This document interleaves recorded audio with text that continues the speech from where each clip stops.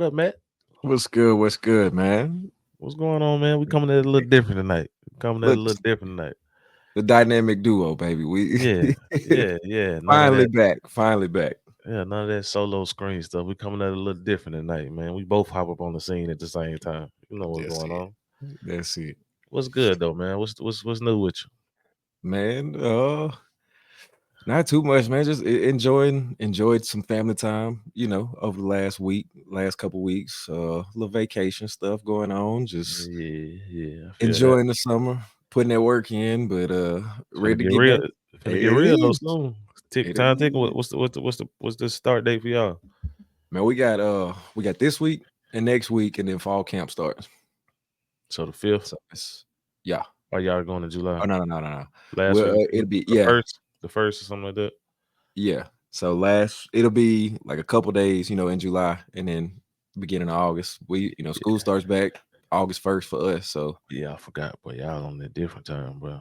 yeah, Yeah, camp around here, so everybody start the 5th through like the 12th, something like that. It depends on if you went through spring training or not, bro.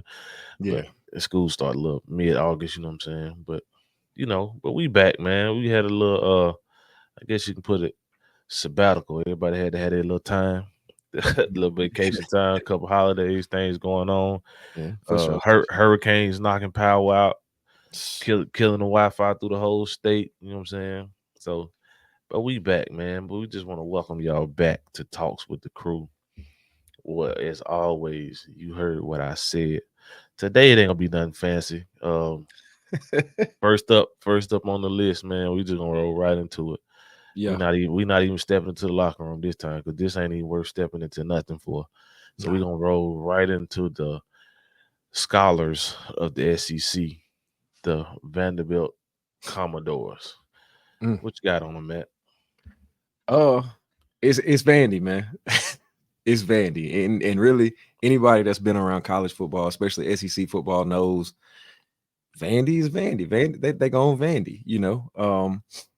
Every now and then they're gonna play some teams real tight, real close, especially in the first half. They're gonna play hard sometimes here and there.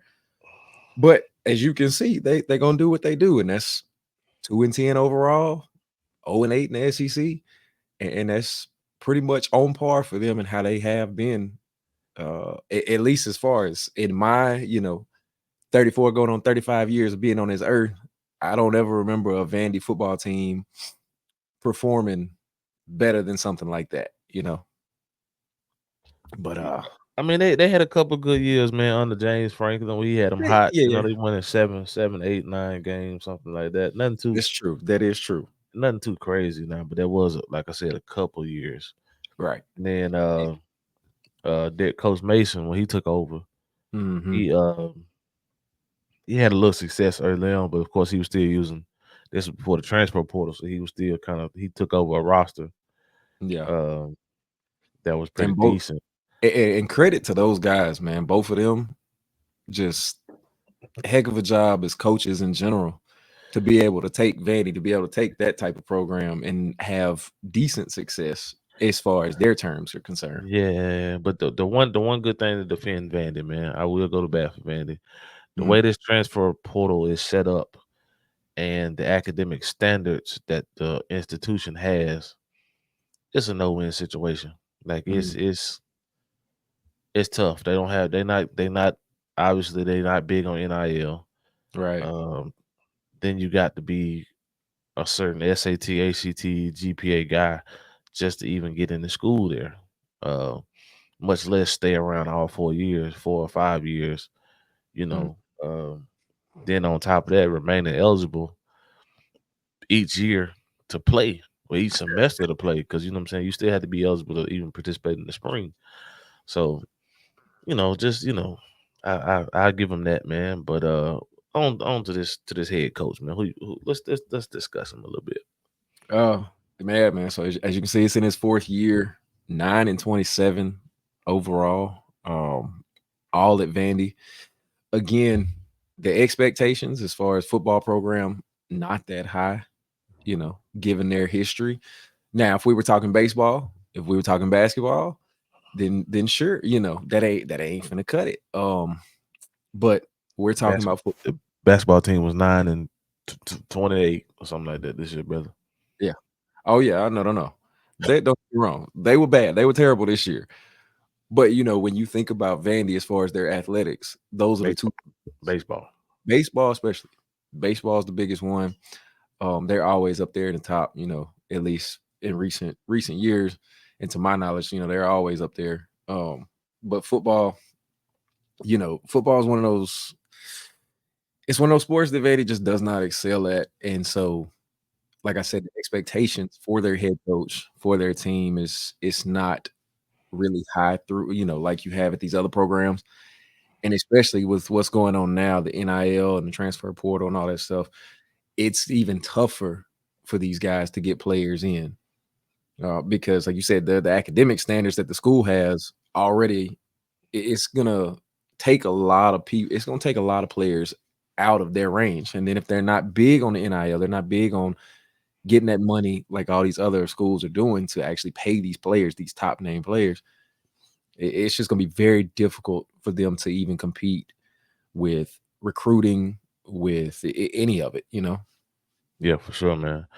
Um, but like you said, if this was any other institution, he'd have been fired, man.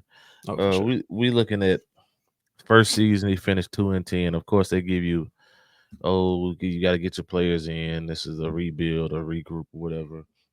Mm-hmm. Has a little bit more success, which is crazy that we're saying this, but he had a little better success the second year. He finished 5-7, and then Wow. uh, regressed back to 2-10 this past year. Mm-hmm. Um, he's won 2 conference games in 3 years. 0-8 the first year, 2-6 the second year, 0-8 Mm. this past year. Each time finishing 7th in the East. It sounds good, but for anybody that knows the landscape of the SEC prior to this upcoming season, there were only 14 teams. It was 7 in the West, 7 in the East. So, Yeah. needless to say, they finished last in the SEC East every year under Coach Clark. Now, moving forward from him, one of the guys that's going to try to help this year turn things around, the key returner you have, Mm-hmm. safety CJ Taylor. Yeah, and that's the thing, man. When you look at this team, when you look at this program and this roster, there's not a lot that was already there to actually choose from. Key returners. Now, they picked up, and again, well, I say this very, take this with a grain of salt. They picked up, a couple guys in the portal, a couple offensive players, whatever. But as far as people who were there last year, this guy was their top player. And you can see that the production, and again, it's a safety. So, but the production, you got 10 solo tackles, 2 sacks, 1 interception. Um, by if we're talking elite college football standards, that production is not going to get you anywhere. And if that's the best that they have coming back, again, like I said, they expectations low. It's Vandy gone Vandy, and they weren't a very good team offensively or defensively last year. I think they only averaged scoring like maybe 23 points a game, which you and I and anybody that has watched college football and the way it's transformed over the years know that's not going to cut it. You pretty much got to be in the range of scoring 35 or more a game against most teams nowadays to secure that win. Yeah. Defensively, I know they ended up giving, like, if they want to say it was like on third down conversions, 47%, which was a very high percentage as far as like their opponents getting the first down on third down, Yeah. and even third and long situations. So there were a lot of times, where if you watch games, they showed a little spark. I remember watching the Ole Miss game with my mom, with my folks. We were watching that, and it was in Oxford. In the first half, right there at the beginning, it looked like Ole Miss was finna implode. Obviously We know that's not what happened. Emotions. Right.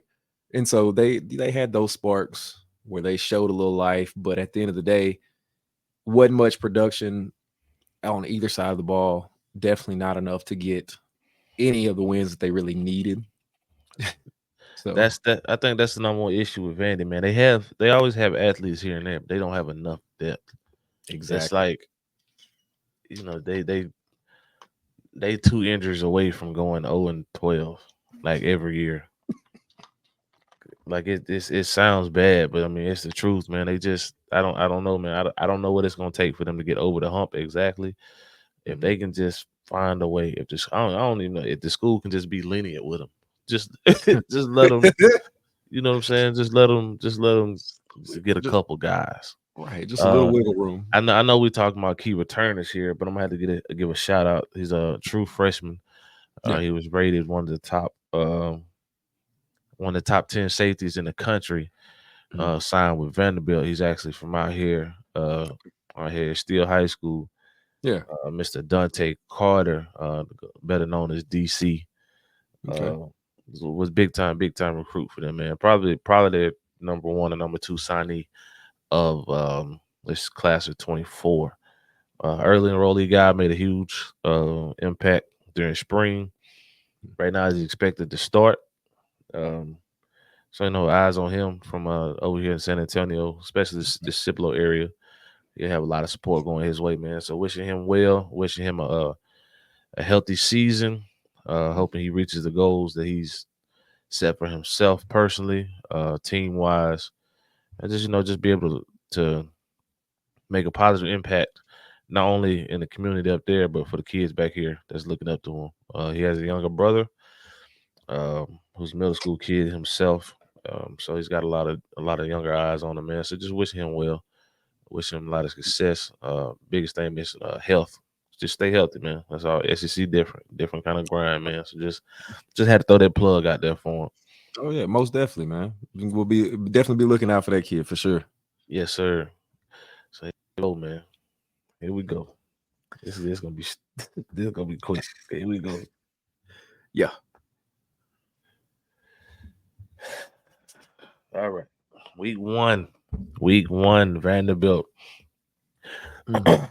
They have a home game against Virginia Tech. Mm. Ooh, man, I'm gonna be honest. This is the one game eh, out of this schedule. This is the one game I really struggled with because I was like, I don't know. Home opener. You're at home. You're not. It's not an SEC game, but at the same time, Virginia Tech, they're not necessarily slouches either. Not at Um, all. so after going back and forth for just a tad bit, I did lean. I think Virginia Tech's gonna pull this win off. I don't think Vandy will get the win right here.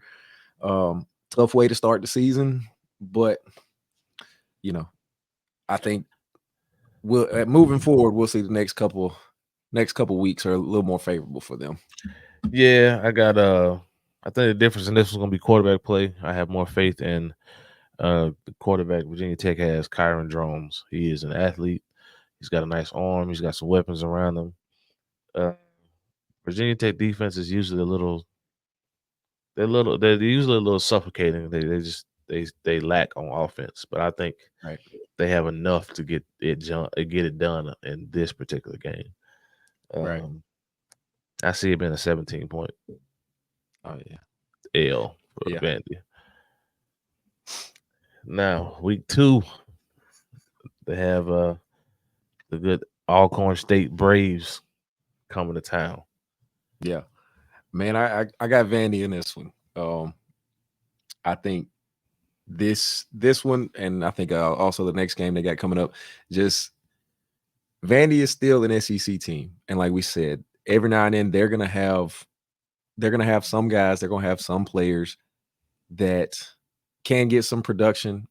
And I think in this game, especially, they'll be able to get enough production out of their offense, um, out of some of the transfers. They got a pretty good tight end coming in.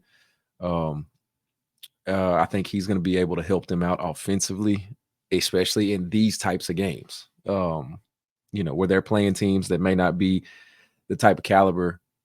that they're definitely going to see once they get into SEC play. So I think that's going to help them out. So I have Vandy. I've got Vandy with a 6-point win right here. First and foremost, man, I want to give a shout out to my dog, Coach Derek Welch. Yeah. DB coach over there at Alcorn State University. You know, I rock with you. But I think Vanderbilt gets the job done. At least, Lord Jesus, I hope and pray they get the job done against this FCS school. No disrespect to no FCS schools out there, but this is the SEC we're referring to. Now, with that being said, I have history in that, so I understand how that goes. FCS against FBS. But I think Alcorn's depth, size and depth hurts them in the fourth quarter. And just like you said, man, I got to be in a 4-point victory. I think Vandy scores a late touchdown to go up 4. Alcorn doesn't have enough to go down the field and score. Yeah. Week 3, they travel to Atlanta and face off against the Georgia State Panthers. Yeah. Honestly, man, looking at it, I think similar to week 2. I think it's going to be a game where they go in, and I feel like Georgia State's going to play them real close, real tight early on. But I do think, kind of like what you said, I think Vandy's going to score a late touchdown, late field goal, something like that. I got them by 3. Yeah, Georgia State, man, going into a situation with a new head coach. I know they brought in the coach from he was on Georgia Bulldog staff last year. Yeah. I think it's still going to be a cluster situation over there this early in the season because he is probably going to do like a Kirby Smart type situation, trying to instill this level of physicality and schemes, and he doesn't have the guys for that. Right. It's not there at this yeah, point. yeah. It's gonna take a while to gel for that to come. Georgia State will compete in their conference. Now, don't get me Yeah. wrong, they'll compete in their conference. I just think being the 3rd week of September, Vanderbilt's playing a week 0 game, so Yeah. they have an extra game under their belt going into this game, man. So I just don't think Georgia State will have enough. So I got Vanderbilt on a 2-game winning streak right here, feeling good about themselves. Going into, we'll roll right into Columbia, Missouri, where they're facing off with the Missouri Tigers. Since I'm already talking, I'll go ahead and handle that one. I got Missouri by a lot. It ain't even close. Yeah, dude. Ooh, Yeah. I got Missouri by like 30. Yeah. It's gonna get nasty out there. I agree. At least 30. Yeah, they all right. So after they catch a strong L, they Mhm. roll into a bye week, followed by the good old Alabama Crimson Tide rolling into Nashville. Do we even need to talk about that? Nah, Milrow gonna roll over. Okay, yeah. So we can just roll straight to Kentucky. Now, I remember a couple episodes ago. No. That wasn't in Kentucky. Oh no, it wasn't Kentucky. It wasn't Wasn't Kentucky. Kentucky. It was South Carolina. My bad. It was South Carolina. It was. And I'm Now, holding strong to that. now, I believe this is the game Mm-hmm. that Vanderbilt surprises people and pulls out a dub. Mm.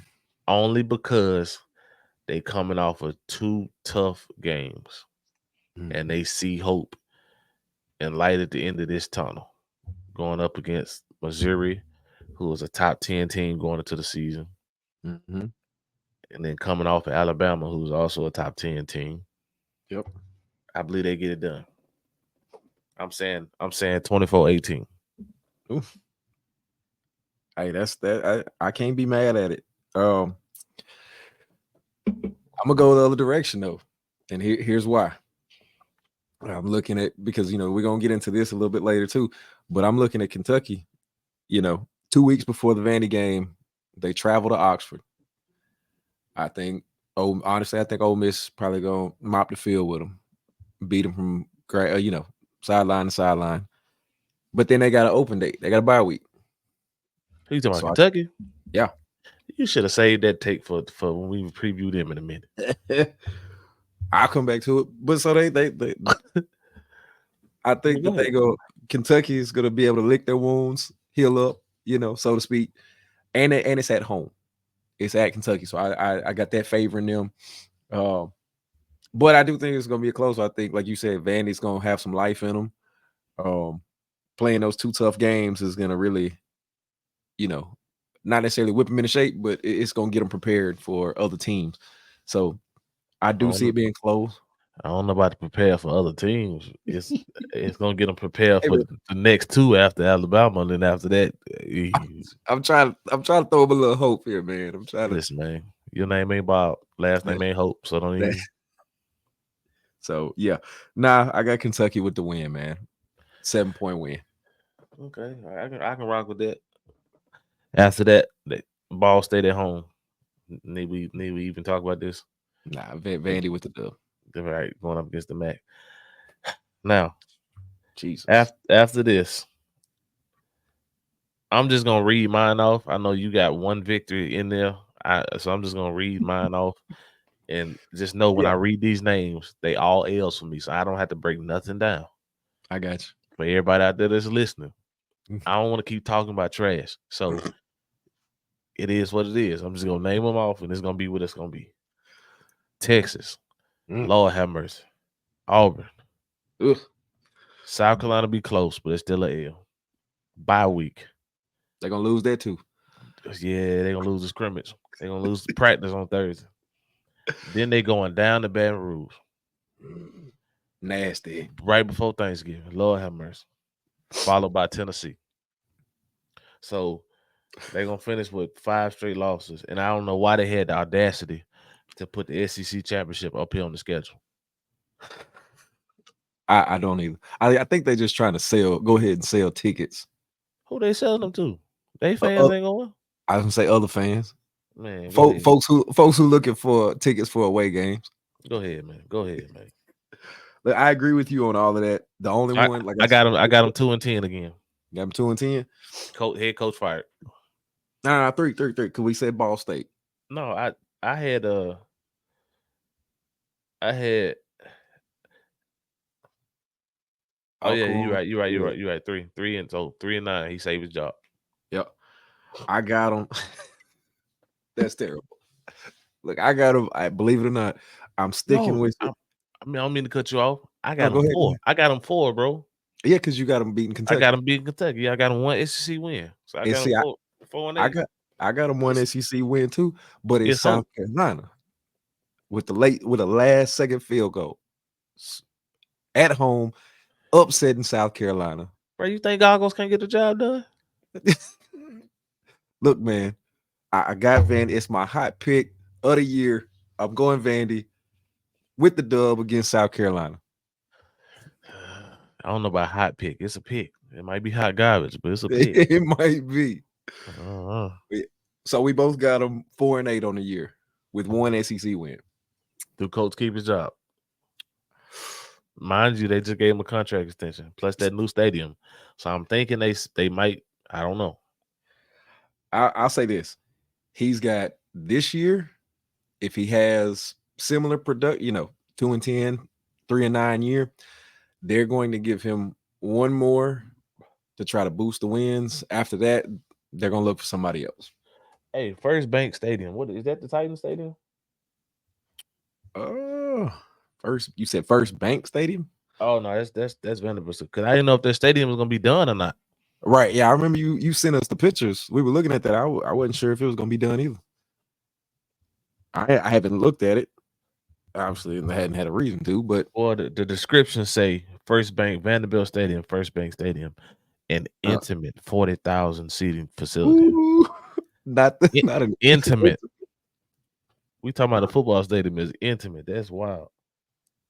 But yeah, I haven't seen updates and I ain't seen nothing about it being completed. I just saw the pictures of what it's supposed to look like. right. And I know they had a long way to go Oh yeah, from what they from where had. I don't know. So I mean, I know it should be a nice upgrade to the let me facilities see. for sure. Let me see when it be done. Let me see when it's gonna be done. Renovation completion. Well, that's wow. 40,000. Intimate. Yeah, intimate, bro. That mean y'all all sitting on top of each other. It's very intimate because the other team. Yeah. I know. Oh, nah, bro. It ain't gonna be done till 2025. Wow. And So I that's guess the they, I have been there, you know.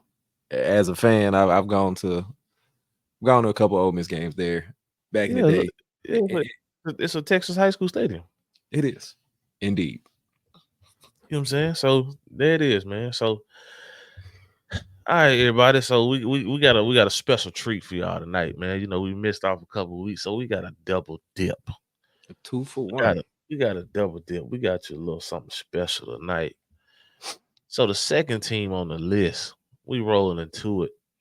The good old Kentucky Wildcats. The Kentucky Wildcats. What it looking like, Matt? Man, as you can see, 76 overall, 3-5 in the SEC. So not really the hope that they were looking for as far as, you know, their production. I know recently Kentucky's had a little bit more success as far as SEC play goes. Some pretty big games, especially I know they went on that, you know, that streak where they basically were handling Florida year Yeah, in and year out, and that had to happen in what was it, like 20, 30 some years or some yeah, crazy number like that. So um they went from that and then kind of fell off. Uh, you're gonna have to remind me, who did they have in the bowl game this past year? Because I know Was watching it it, was it Iowa? it may have been. I'm I know gonna they look. ended up fooling around. You know, they had the game really, ended up fooling around and lost that one towards the end. Let me check. Definitely. Let me check. I could have sworn it was Iowa, but I'm gonna check. Go ahead, I'm listening. Go ahead, keep talking. But yeah, so just, you know, not the way they wanted to finish. Um, but again, now you may be thinking about the win they had back in 21. Oh no, it They was it was 2023. It says Clemson. yeah, I think that is it. Yep. Tax Slayer Gator Bowls, Clemson. Yeah. Yeah.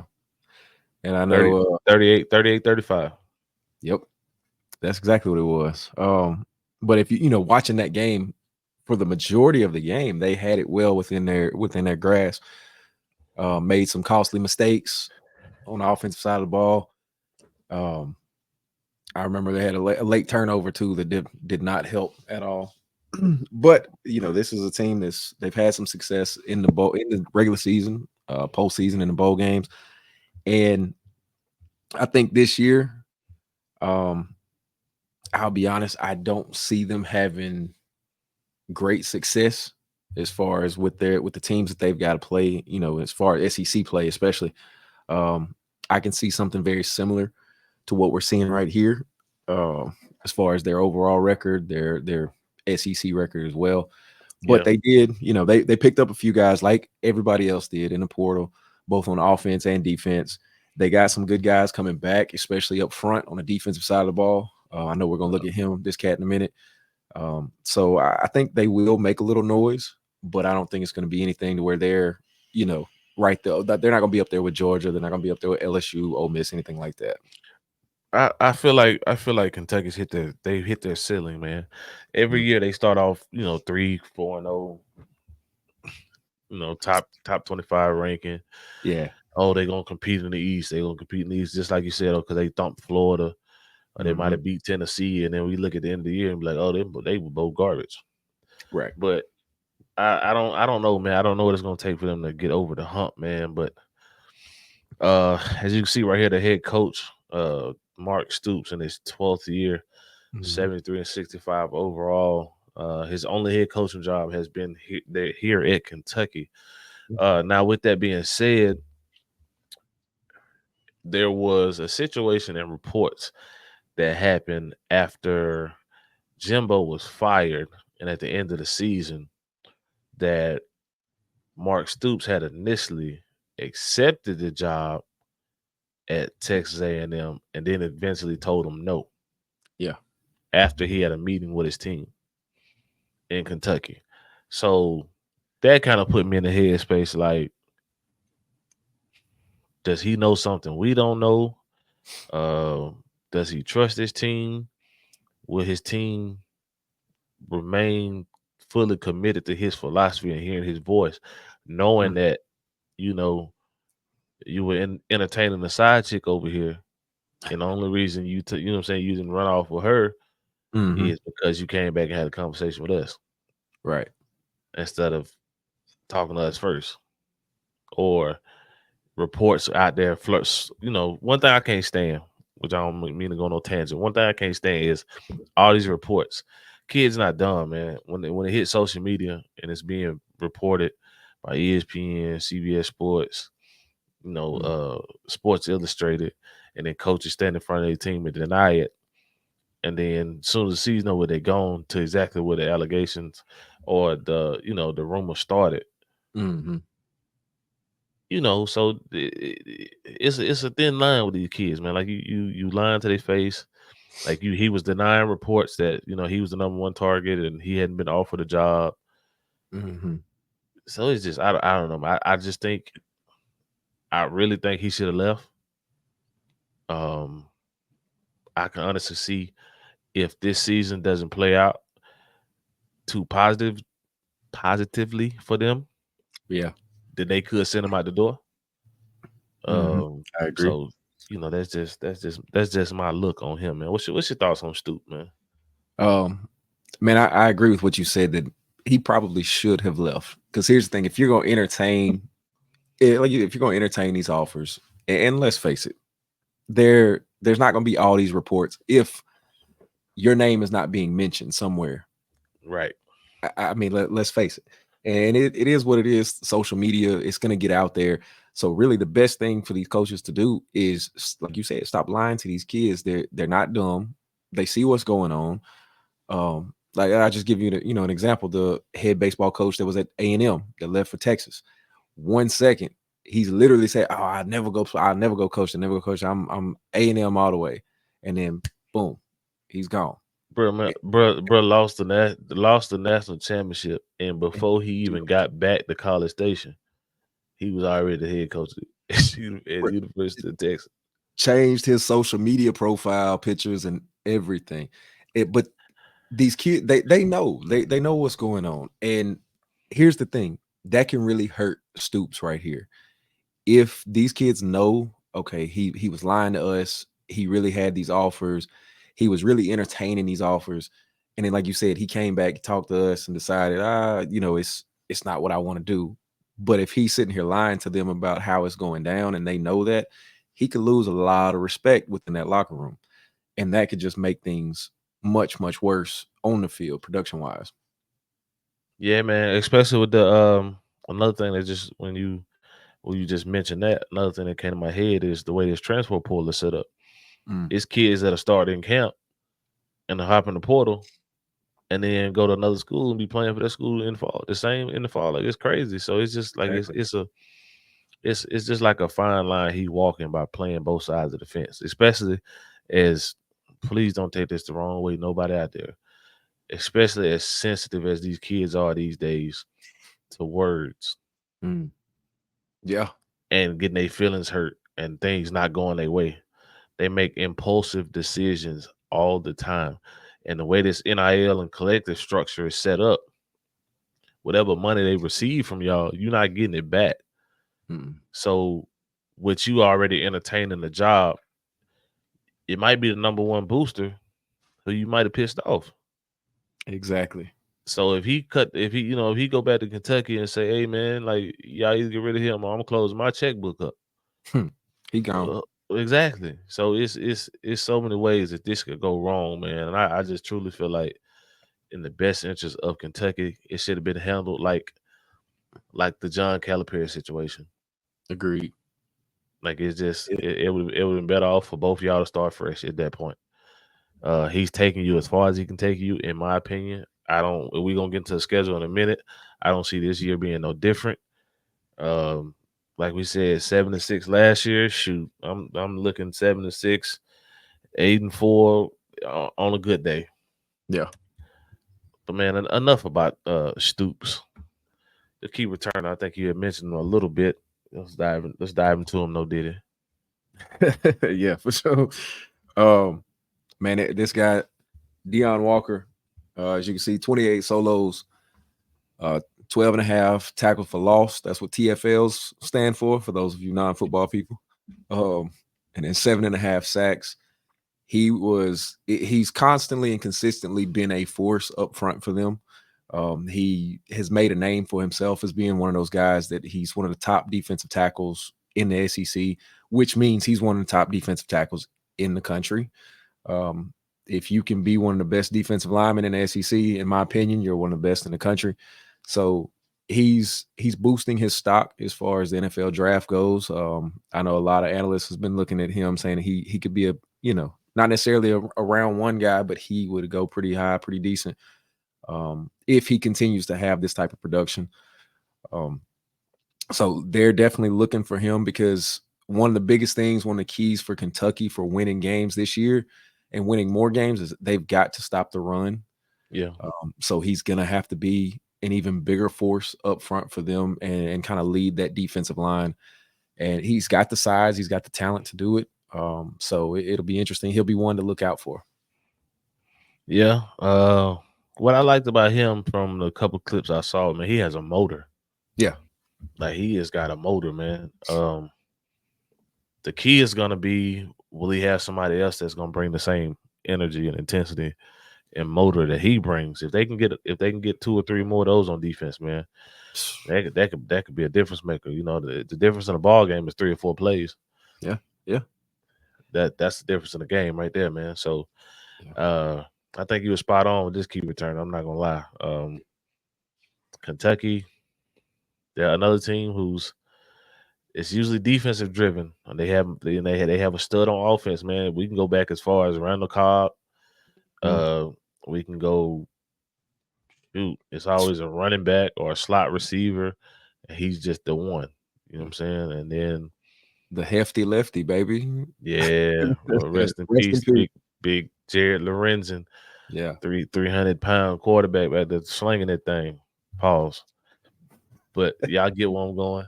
Yeah. But man, let's go ahead and jump right into it, man. You All got the right. schedule? You got it up, or you want me to go? I got it right here.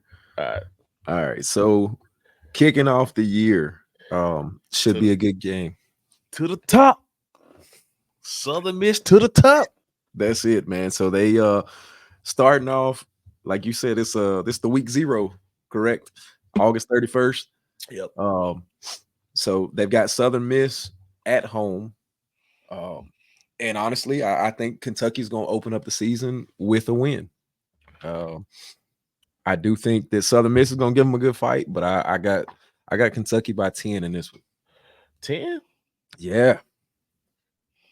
Well, I take this back. It's not week 0. It's just the regular season. It's the regular Oh, that weekend. is okay. It's Memorial Day week. I A- mean, Labor Day weekend.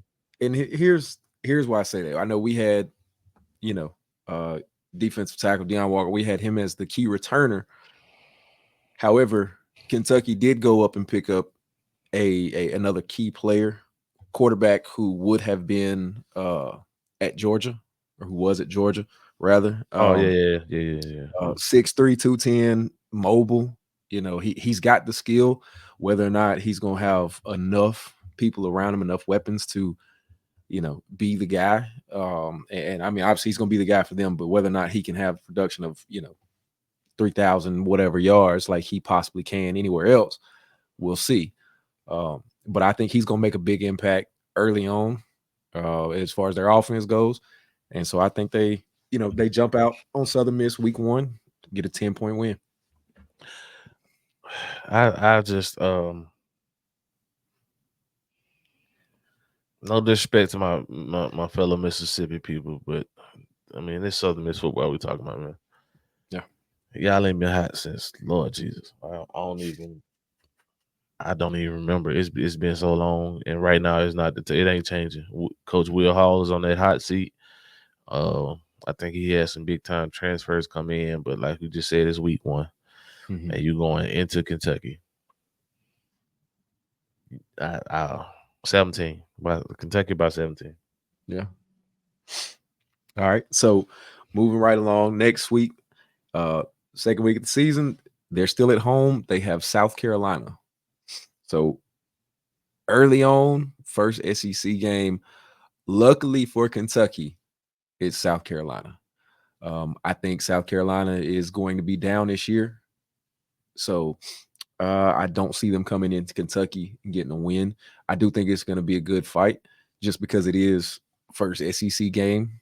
But I do see Kentucky getting at least, I'd say, a 6-point win. I'm gonna have to push back on that, man. The only reason I say this is because I don't believe in, like we just said, I don't believe in Kentucky's defensive front. They got one person with a motor. Mm. South Carolina usually has a decent offensive line, Yeah. and they also have Rocket Sanders now at running back that transferred in from Arkansas. I think Rocket gonna run wild. Um, And if he can, it's it's it will it's go it, great it's in their favor. curtains. Oh yeah, So I'm gonna say South Carolina by 10, man. So I got Kentucky with an L right there. gotcha. I think we both gonna be on the same page on this next one. Week 3, What Lee Corso say? Not so not so fast. fast. Georgia, them Georgia Bulldogs are rolling into town into Kentucky. Week 3 of the season. Um, yeah, man, Kentucky ain't gonna have enough to get it done. It's probably, in my opinion, it's gonna be ugly.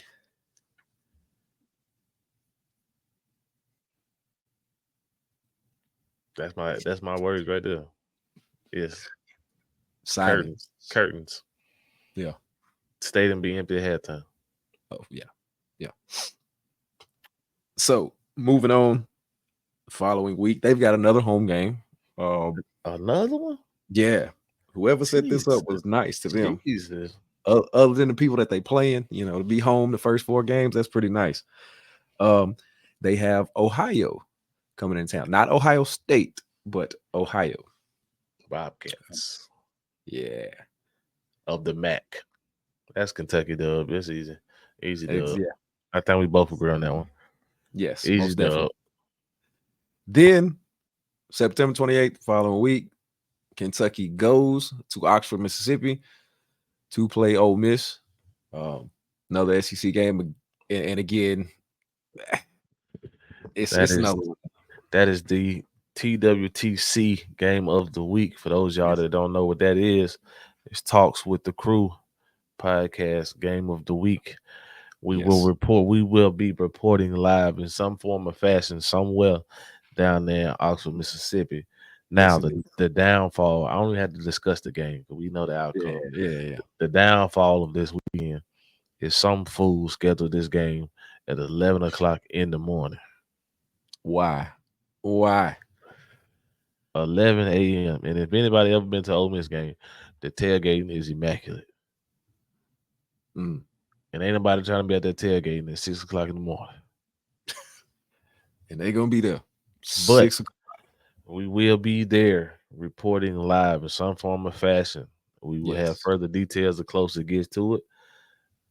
But that will be our game of the week. With that being said, I think Ole Miss handles business big time at 11 o'clock. Game is over with by 2, and everybody back in the Grove by 2:30. Oh yeah. They will be piling out of the stadium, out of Vaught Hemingway Stadium, back into the Grove at At halftime. 1 o'clock at the Yeah, end of the third. exactly. Probably not even that long. Yeah, I got Ole Miss by dub. Yeah, easy. The next week after that, they have their open date. So they bye week, and then they have a home game against Vandy, which team we just took a look at. And as you said, Lee Corso would say, not so Not fast, Mike. so fast. You got, as you said earlier, you got Vandy with the upset right there. With the dub. Vandy with the dub. And obviously, I went the other way around. I do think Kentucky's going to pull it off. I think that bye week's going to help them out just enough to get them past Vandy, which is crazy to say, just enough to get past Vandy. That's wild. It really is, man. So after the Vandy game, they have to travel to Florida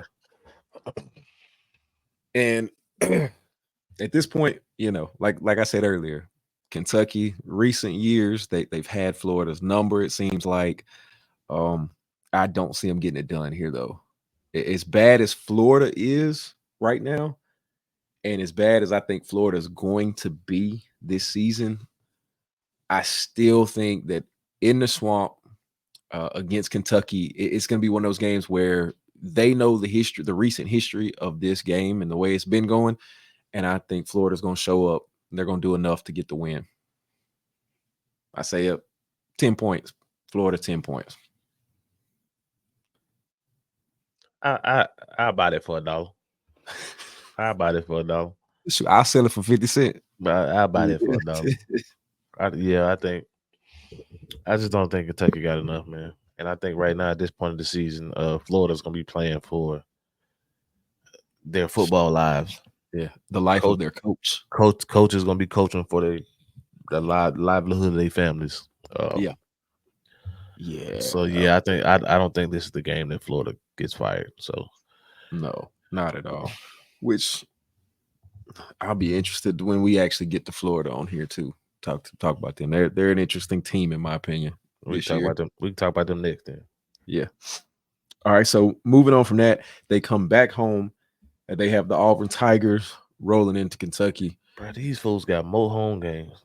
Yeah. Oh, I know. And it keeps going. I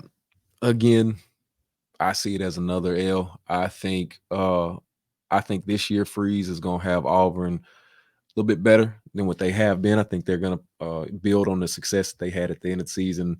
Even though they lost against Alabama, the way they showed up in that game, the way they played, obviously except for the last play, I think they're going to be more talented than Kentucky is. And I'll be honest, man, I like Freeze, minus the escorts, but I like Freeze. I do. I like him as a coach. Man, look. But, so I got Auburn, man. Man, look. Hooker Hugh is about to treat these boys like some prostitutes. Do you hear me? It's gonna get ugly. I was waiting on it. It's gonna get a Hooker Hugh. It's gonna treat these boys like some prostitutes. He not calling the dogs off. $2? It's over. It's over with. Yeah.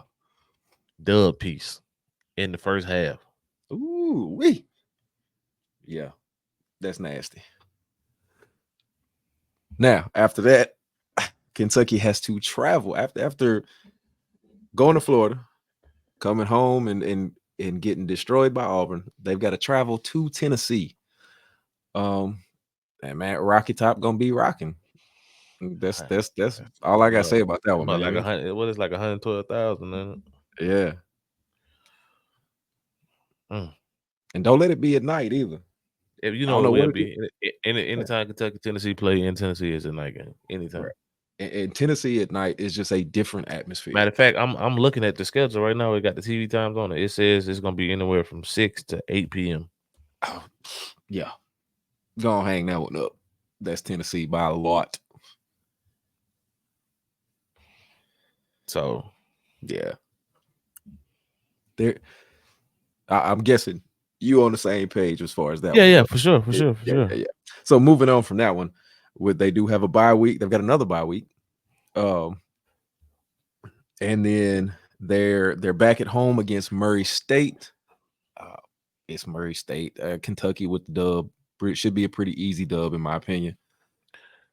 So I'm gonna have to give respect where respect is due, man. First of all, I want to give a shout out to Coach Jimmy Ogle and a shout out to Coach Adam Ross.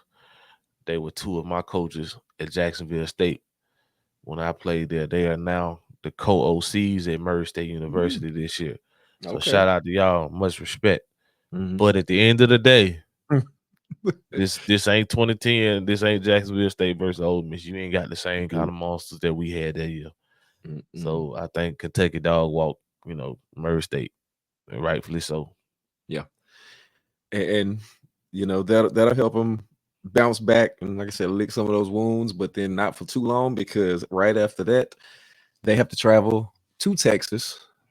Um, and that burnt orange is just it's gonna be something different on them. Texas, I think, is gonna easily put up a dub piece early, fast. Game's gonna be over before halftime. Yeah, I think Arch come in the whole second half, man. That's tough. I think Arch Manning play the whole second half and throw for He, 200.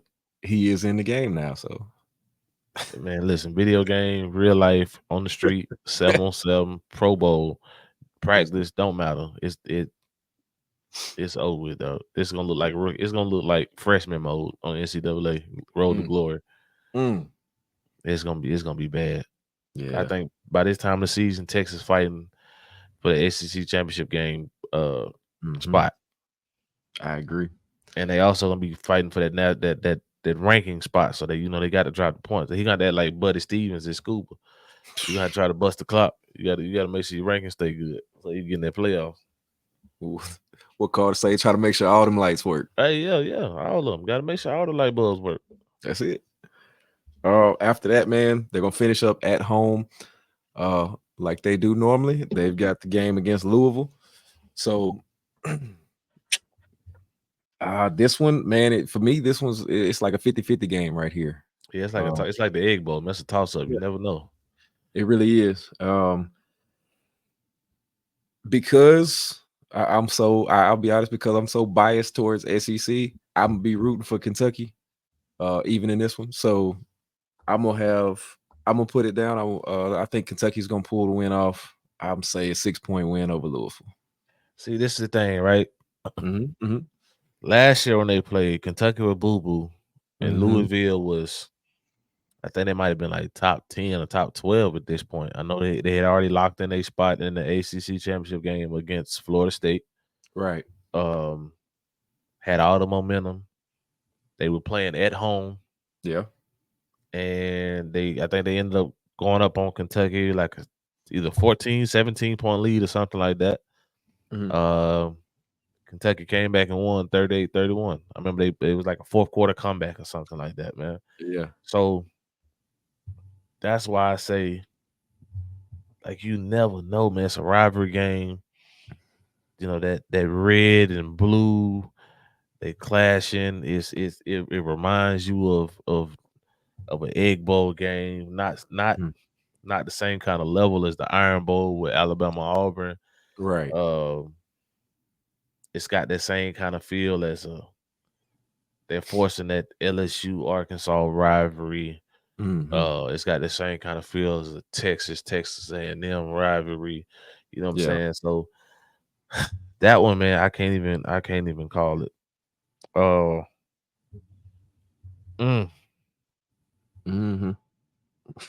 I'll give it to Kentucky, man, just because we SEC. I'll give it to Kentucky. Don't ask me why. I have no reason why. Yeah. That's really, when I say 50-50, like that's like 50.8 and 50. You know, Yeah. that's really 49.2 and 50.8. Like that's Yeah. like it's I'm that with you, man. it's that close. You know what I'm saying? Like it's. Yeah, that's exactly where I'm at. And then, of course, they have December 7th SEC championship game on the schedule for whatever reason. Yeah. I don't know why they continue to do this, man. But that's Kentucky for you, man. That's Yeah. Kentucky for you. But let's jump right into here, man. I know I had proposed I had proposed a question after talking to a couple guys, man. It just made me think. Mm-hmm. Talking to a couple other coaches, parents, couple players. I know you are a coach yourself. You've coached on both of these levels. Um, Me coaching, me being in Texas now, seeing from different pictures, different point of views, Mm-hmm. different situations. Times have changed when it comes to player coach connections, player coach bonds. Um, I'm not even gonna say the fear a player has for a coach. It's more so respect and not wanting to let a coach down, right? Yeah. But number one, is that part more so on the coach, or is that more so on the player? The part of not having the players not really respecting the coach as much and not being afraid of letting the coach down. Yeah. Ooh, that's tough. And honestly, looking at that, I think it can go both ways right here. I think you can have some of both of those things in this instance. So you can have like I've worked with a lot of different people, met a lot of great coaches, know a lot of great coaches, a lot of great players, and you can have instances where this coach is going to do something where he loses that respect of those players. Almost like what we were talking about earlier with Stoops, where he, if you're lying to your players, if you're going behind their back doing stuff, you're telling them one thing, you're doing another. These kids see that, and they're going to lose respect for you because the one thing, and even as adults, the one thing that you can do that's going to make me lose some respect for you is just straight up lie to my face. It's facts. And I know that you're lying. You continue to lie. You're showing me one thing, but saying one thing, but doing another. I'm going to lose respect for you as an adult. So I don't know where the disconnect is to where we think that these kids won't do the same, you know. But I've also seen it the other way around where you have kids that just flat out they're defiant. They're Unreachable. Yeah, and the thing is, you and I know we've talked about it. I'm sure with our own players about being coachable. You have to be, and not only just being coachable, but being opening yourself up to being coached hard. Mhm. Football is a tough sport for tough men, and that is not only physically but it's mentally. We both played it. You played at the college level, you played even at the pro level, so you know what goes into that physically, mentally, emotionally, and how it can break you down. But you have to be able to take hard coaching and you have to be coachable. And a lot of kids these days, and you alluded to it earlier, a lot of kids are very sensitive towards words. Well, if I'm coaching you hard as your coach, whether it's position coach, whether it's head coach, whatever, strength coach, and I'm just telling you the truth, and I'm not. A lot of times we take it as feelings over facts. Mhm. And so if I'm giving you facts, I'm not necessarily being a jerk about it, but you don't like what I'm saying, you don't like what you're hearing, that's not necessarily my fault. If you want to change it, this is you've got to be the one to change it. I'm Yeah. going to coach you hard. I'm going to give you the facts. I'm going to tell you what you need to do to make yourself better because that's my job as a coach. My job is to make you better than what you would be on your own. Plenty of guys can go out here, they can pick up a ball, they can throw it, they can run routes, they can catch the ball, they can run it, whatever. But our job as coaches is to make them better than what they would be if they go out there and do it on their own.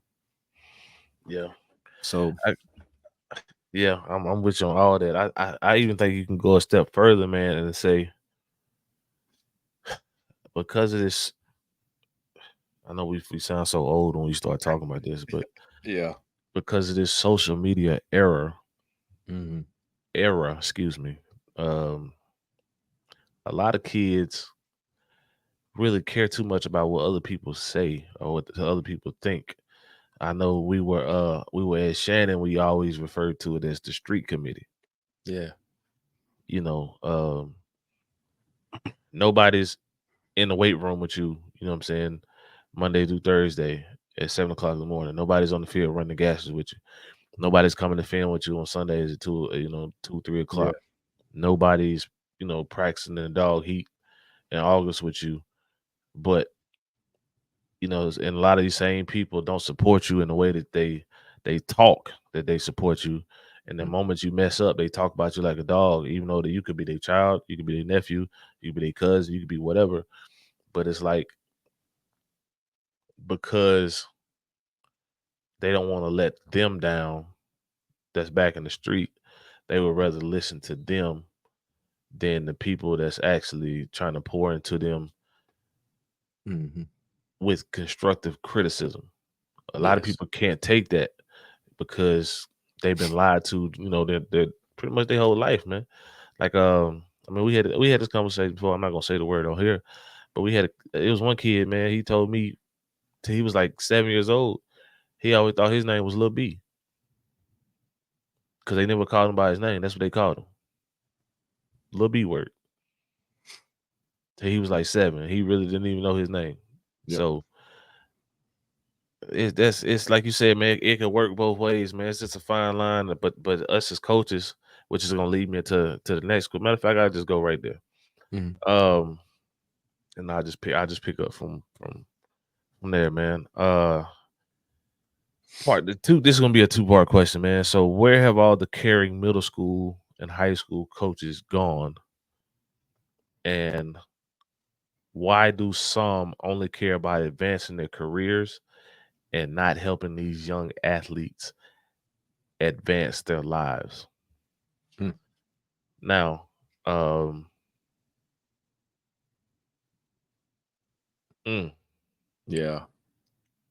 that second one, um, I was asked. Now these two questions I was asked by another person. I'm not gonna necessarily say that all the caring middle school and high school coaches are gone. I just think that it's oversaturated here where we are in San Antonio.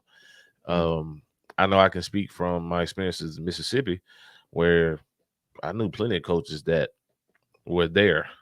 I mean, shoot, our staff, when we were at Shannon, man, we were going above and beyond Mhm. for every kid. Now, if you did something to cut the water off, that was on you. It's only so much you can do. Mhm. Going out your way and taking out your pocket and taking off your family's table. To help a kid get out of a situation. And try to better their lives and better their situation. But you can't if they don't want to be receptive, then you be a fool to keep trying. I mean, you're not gonna throw the kid away, but Right. you also got to keep them at a limit and keep them at bay and be like, hey, when you're ready for X, Y, and Z, then we can try again. But I'm not gonna keep begging and pleading that you don't want to do it. Right. Now the second, I'll let you tackle that one first, man. The second one, why do you think most coaches only care about advancing their careers Mhm. and not helping these young athletes advance their lives? Mm. Now, don't Ooh. say nothing, get yourself in trouble. Now, I know you're coaching right now. Don't. No, but and see that's the thing. That's the tough part because personally, and especially the places I've been recently, the staffs that I've been a part of, even going back to with you and Carter, um, and like where I'm at right now, man, we have a staff that genuinely loves on the kids that we have. And so it's in my mind, honestly, at this level. Now I can understand where if we're talking college football and the way it's changed, we're talking NFL football. I can understand these guys putting their career first because at the end of the day, we're talking about this is their livelihood. Hmm. So that's a little bit different situation. As a high school coach or a middle school coach, your job is to help these young men become the best version of themselves that they possibly could be. That's on the field, off the field. That's you're trying to teach them how to handle life when it comes at them 90 miles an hour. Hmm. And being a part of the different staffs I have been, and especially the one that I'm a part of now, shout out to all those guys at Olive Branch. Like they really, we genuinely care about these kids. It's not so much of okay, how can I get him successful so I have a bigger name?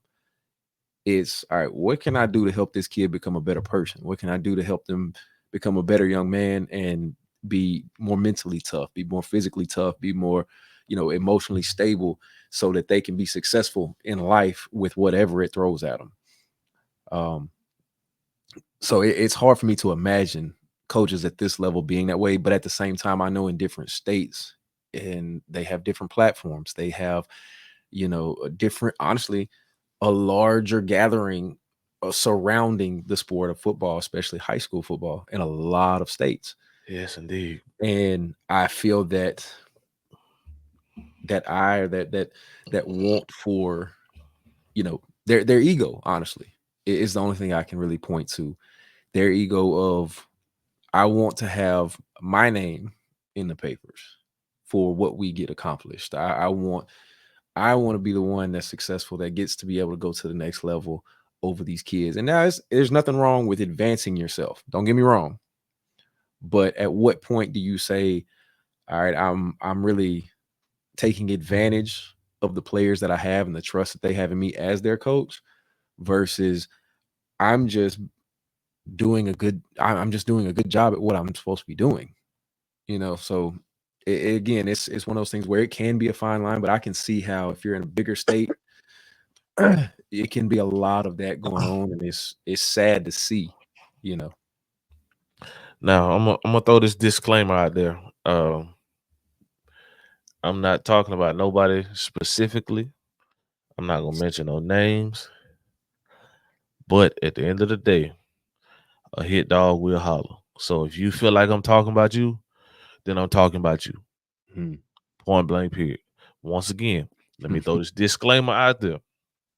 I am not speaking on anybody specifically. I am not throwing out any names. I'm not calling you by name. I'm not calling your school out by name. But a hit dog will holler.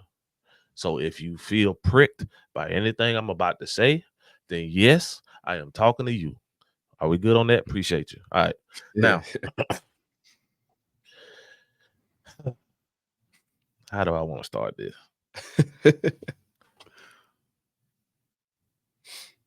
It's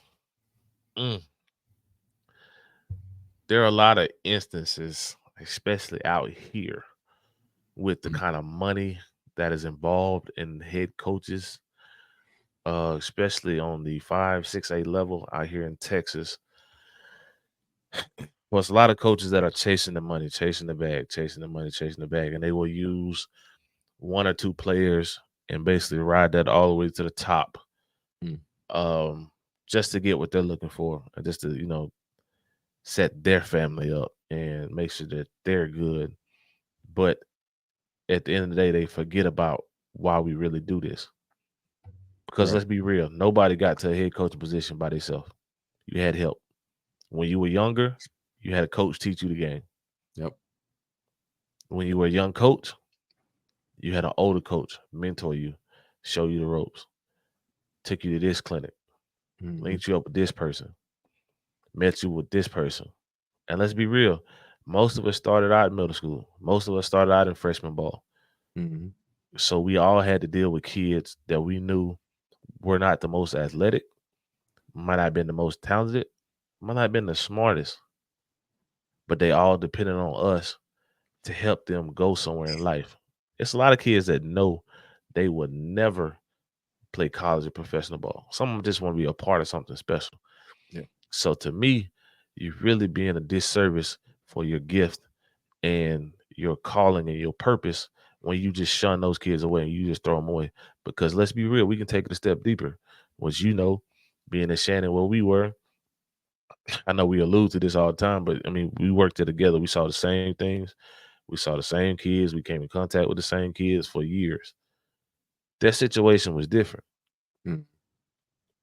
And I can only speak for, and I know I bring it up a lot because I have my Texas people here, and I try to help them understand, like, they're privileged over here. Like, you got middle school fields with turf. Yeah. You know what I'm saying? Like, you got $1 million stadiums over here. You got everything you could dream of over here. Back then in Mississippi, man, it's different. So you got kids that's working harder, that's trying to really get it out the mud, that's Mm-hmm. pushing harder. They might not have the same opportunities, the same fallbacks as somebody out here might. It's a lot Right. of military. It's a lot of military families here. I'm in a military city. Yeah. You know what I'm saying? There's 3 major military bases here in San Antonio. So it's the military USA, basically. Right. It's the So Mecca. so most people have a fallback plan. With athletics don't work, they got, the GI Bill from the parents or whatever it might be. They don't Mm. have that back home. So I feel like as coaches, man, the more success we had, the money starts coming, we start living a little different. We forget what got us there. We forget why we are really doing this. Mm-hmm. Because my thing is, if you don't really love coaching these kids, then get out. Yeah. Like, it's not about what can they do for me, especially in high school, man. It's supposed to be what can you do for them. Because only Mm. 2% of the kids going to college to play ball, Yeah. And now you got the transfer portal they dealing with also. That's making it even harder. So now you really got 1% of your kids going. So it's just I don't mm, stuff like that kind of burns me up, man, because it's always one or two coaches that make all of us look bad. And Mhm. then it's always one or two coaches that work so hard to get to the top.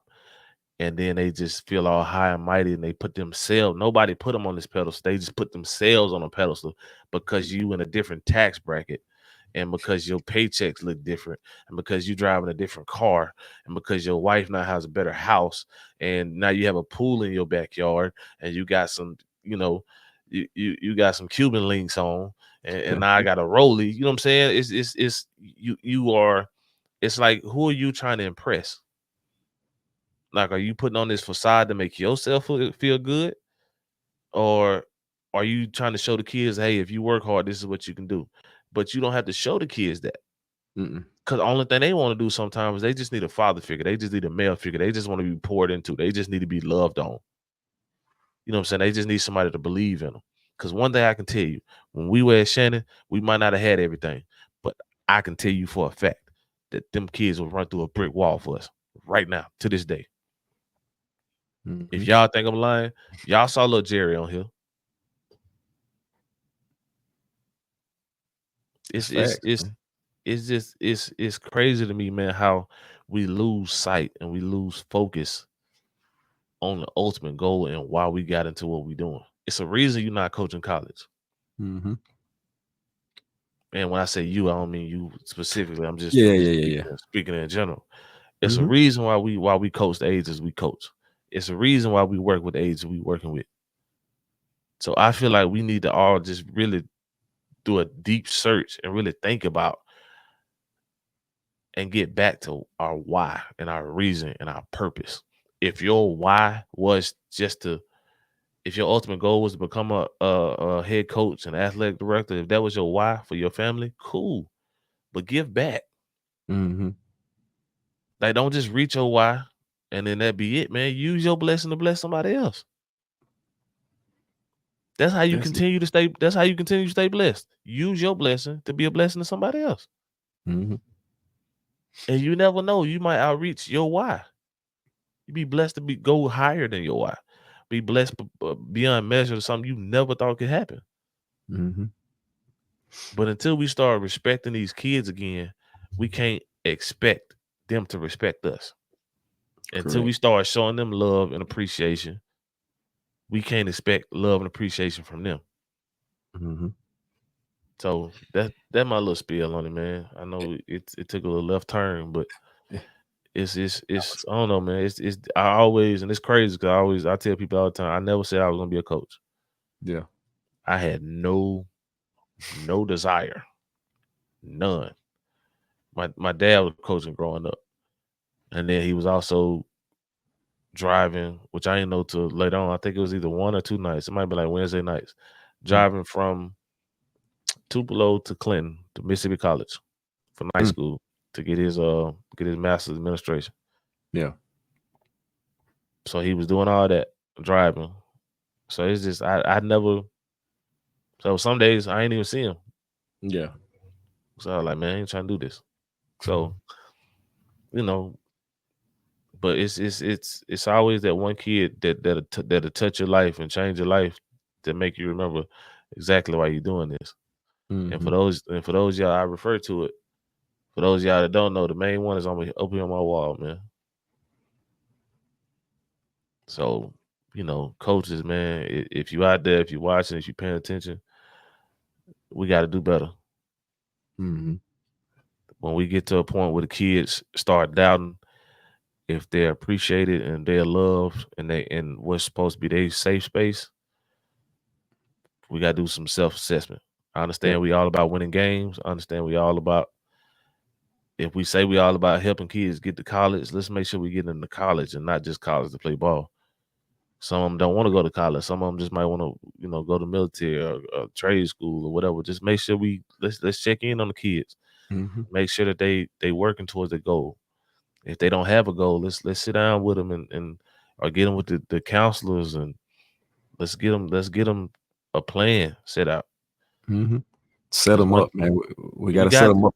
we got to, man. Cause one it's getting crazy out here in the world, man. I'm not gonna go into politics, but I mean everybody saw they just tried to assassinate Trump. Mm-hmm. It's the world is getting crazy out here, man. And us as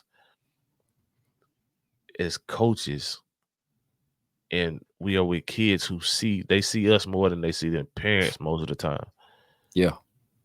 We cannot just be sending these kids out into the real world with no kind of stability, with no kind of knowledge, with no feeling of real support. Mm-hmm. You know what I'm saying? So we just gotta do better, coaches. We gotta, and I'm saying coaches as a whole. I ain't, like I said, I'm not calling nobody out in general. Sometimes as coaches, man, we gotta lean on each other. I know it get difficult, it get hard, long nights. The house life might not be right. The season might not be going the way it's going. You might have had a situation with a player. You might have lost a player too, God forbid. But we can't be too proud. Yeah, we competitors on the field, but coach, coaching is a brotherhood, man. So It is. we got to be able to lean on each other also. So at the end of the day, we all human. We all adults. We all men and women. It's some women coaches out here also. Mm-hmm. We all have emotions. We all have thoughts. We all go through things, man. So we just got to lean on each other. You know what I'm saying? So And man, I got one more thing just go ahead. to, Go ahead. to throw on top of that, man. We got to remember too, as coaches, that these are still kids. And we're talking about, from, and depending on where you're at, if you're, at the high school level, you're talking about you're going to start seeing these kids from when they're 13, 14 years old, coming up from 8th grade football to 9th grade, and possibly all the way until they're 18, 19 years old, graduating from high school, hopefully. That's a long time to be with a set of kids, and but at the same time, we've got to show them grace in our actions and our words too, and remember that they're kids. Now, like you said earlier, there comes a point where they choose to cut the water off, to let the well run dry, whatever. They don't want to be, doing their part. Then we have to take a step back and say, hey, I'm still here for you, but that's when you're ready. But at the same time, kids are going to be kids. They're going to make mistakes, whether it's on the field, in the classroom, off the field. We have to be there to show them that good example of what they need to do. Exactly. And we do that by how we interact with them and how we interact with other coaches, the teachers within our school, administrators, whatever it may be, parents. And it's a lot of them that'll test you. It is. I've been in situations with parents, with other coaches sometimes, players, just people in the community, whatever it may be, that really will just push you almost to that edge. And we've got to find a way to not let that cloud our judgment and our vision as far as what we're trying to do and what we're trying to accomplish with these kids. Yeah, facts, man. Facts. That was well said right there. At the end of the day, they are kids. They might look at themselves as grown, but Yeah. you Nah, ain't grown. That ain't what you want to be. Stay a kid as long as you can, as long as you can, man. please. Yeah, that was a good little discussion right there at the end, man. I might have to. Yeah, that was good. We'll have to continue that later on, man. But Yeah. man, that's a wrap for the night, my guy. Appreciate you coming on. Appreciate everybody for tuning in to us. And as always, like, share, subscribe, comment on the videos. Like, Please. share, subscribe. Like, share, subscribe, and follow us on our social media pages also. They'll be tagged in the description of the video. But before I forget, Matt, Mm, got to talk about it one time. definitely. So we would be, remiss if we didn't do this. We just got done talking about the player coach, relationship and the impact. And we've seen one kid specifically that we both knew when he played in high school, and he's grown up to be a fine young man. He's coaching middle school basketball in Plantersville, Mississippi. So, like I said, to support his team, Plantersville Pirates, the basketball team, you can contact Coach Jerry Marion, Phone number 662-213-4202. Email is jerry.marion@leecountyschools.us. Any way that you can help out, reach out to him, help out, whether it's with donations, whether it's monetary donations or things that you want to do for the team. If you're local, if you want to, supply a meal, whatever it may be, these are the type of kids that they need that extra help. They need that extra step from people around them to show that they are cared for. So if you want to, show these kids that you support them, care for them, love on them, man, help them out in any way you possibly can. Yes, sir. And to add on top of that, man, like he said, this is middle school, so these are quote unquote babies, man. So they really Yeah. just getting started and finding a passion for something. So let's make sure we supporting a good cause and don't kill their dreams and passion at 11, 12, 13 years old before Right. they even get started to figure out if they really want to do this while it's still fun to them and it's not work. So once again, like he said, man, let's try to support the Plantersville Pirates. Coach Jerry, me and you already talked. We're going to get up. We're going to get everything squared away, man, from TWTC. But, man, at the end of the day, you heard what we said, and we out.